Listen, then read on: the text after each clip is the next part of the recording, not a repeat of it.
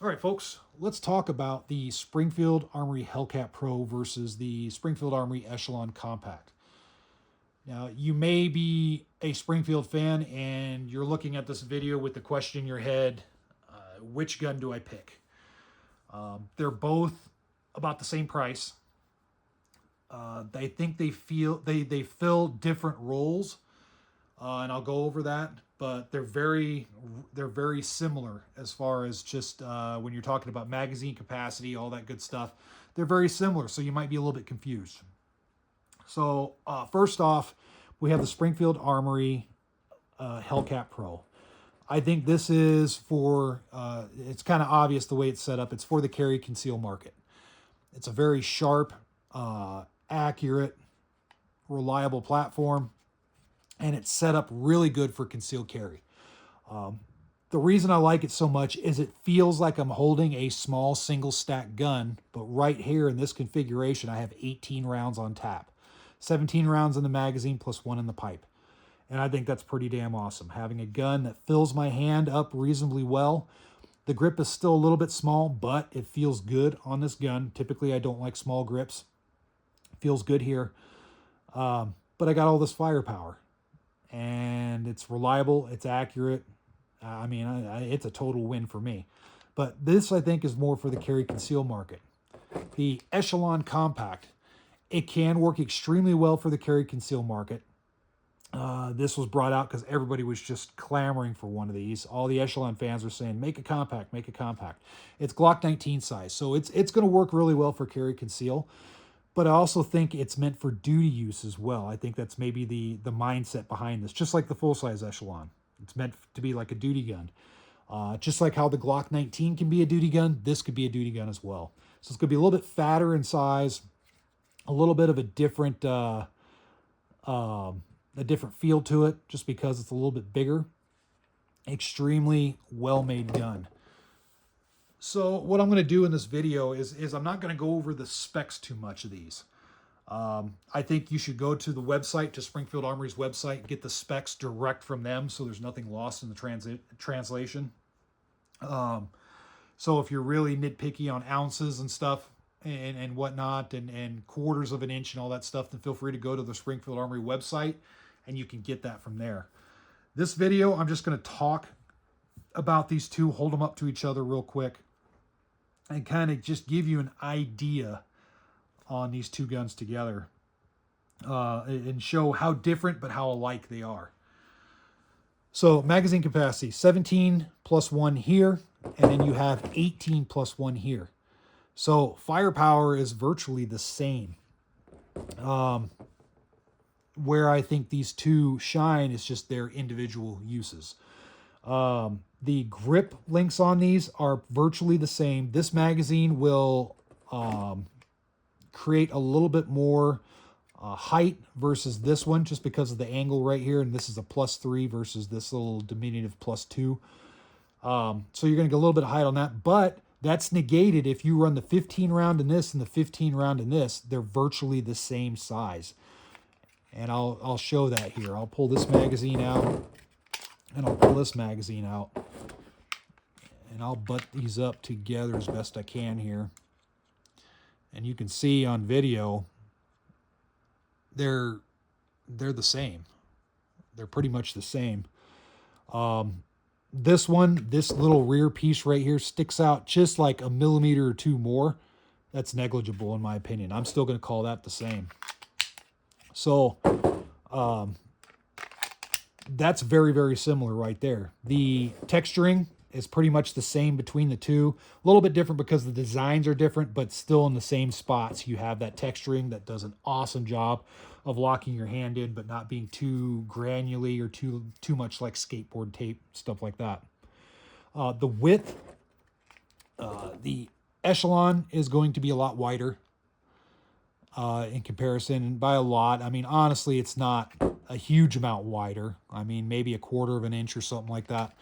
But it just feels a lot wider in hand. This does feel like a double stack gun, and this feels like a single stack gun, even though the capacity is about the same. The slide height is pretty much the same, so no difference. The sights are the same, as you can see. The slide length, just to kind of try and get it in camera focus or camera view here. The Echelon has a little bit more length as far as the slide and barrel length, but not by much. Right here, the Echelon, as far as their slide serrations, a trench cut and everything, that's kind of one of the things that stand out with the Echelon. They do a really good job with. Makes it look cool, but it's very utilitarian. I like how they did their slide cuts and their slide design. The Hellcat is going to be more of a basic setup. It does have front and rear slide serrations, but it's just more streamlined. Again, this is more for the carry conceal market. So they just decided not to overburden, and you come into a situation where you only have a limited amount of material. On such a small slide, there's only a limited amount of material to work with. So they probably don't want to try to take off as much as you could with this, where it's thicker, there's more material there, you can do more things with it.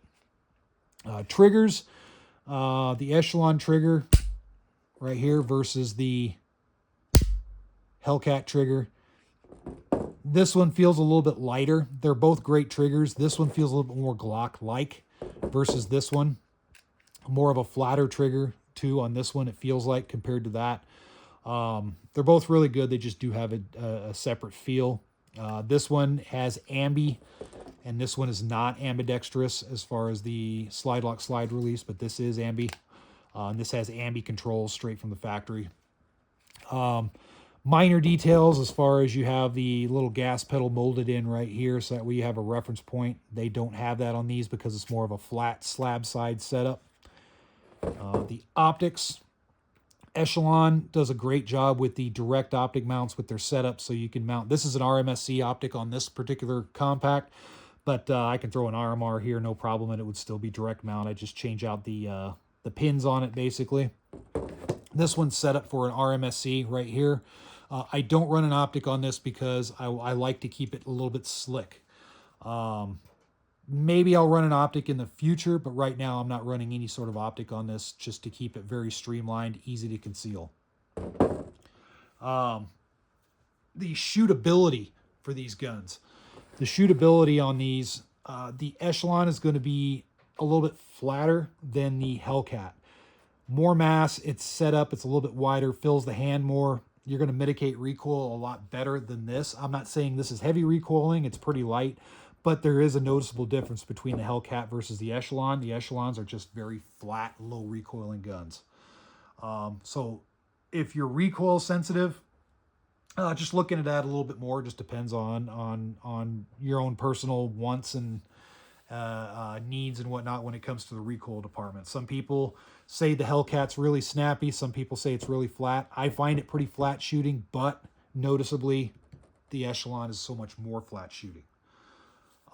Price, again, the price is pretty much the same. It just depends on the specific model. There's a different flavors out there. If you get the Hellcat Pro Comp, you're going to spend a little bit more. Same with the Echelon. If you get the threaded barrel version with the 3-dot night sights, a little bit more. Or if you get a comp model, then it's going to be just a little bit more. Just depends on what your exact flavor is that you're going to get. One notable thing about the Echelon versus the Hellcat is it does have the grip modules or the grip back plates right here. You can change out. There's 3 different ones. So you can modify this and get it to fit your hand really well. This one is the medium back plate. They have a small and they have a large. So this one does not have that. Pretty much what you see is what you get on this. The one thing I think they could do with this, and I think it wouldn't be a bad idea, is if they added just a little bit more material so that way they could change out the rear plates right here. Maybe like the Taurus GX4. I don't know if that would be a good idea or not. These grips feel good to me, but having an option to maybe add a little bit more right here, I think would even help with shooting as far as just controllability and making this gun a little bit flatter. But that's just my opinion. It's good the way it is. I don't think they need to change it, but just something if they're going to change it in the next generation Hellcats, whatever that is, maybe putting some adjustable back here somehow. But overall, there it is. There's a comparison between the two. It's up to you. I mean, they're both great guns. I have both of them. I can carry both of them very easily. I probably tend to lean towards this one more for carry because the Hellcats I view as just the carry gun. I have a carry rotation right now, but I can see it quickly becoming just the Hellcat, period. And I just carry the Hellcat because it's a year-round type gun, and it's still big enough to be a fighting gun. The Echelon carries extremely well as well. I've carried that for a little bit, and even with the 18-round magazine, carries extremely well. Even under a t-shirt for my body size, no issues. It's just the Echelon is a little bit more duty-centric, I think. So feel free to post in the comment section below what you folks think. Like, subscribe, show your support, share my videos, all that good stuff. I'm trying to grow my audience here again and grow my video library. So by showing your support, that's going to help me crank out more of these videos on a more regular basis than I have been in the past. So with that said, I hope everybody's staying safe out there, and until next time.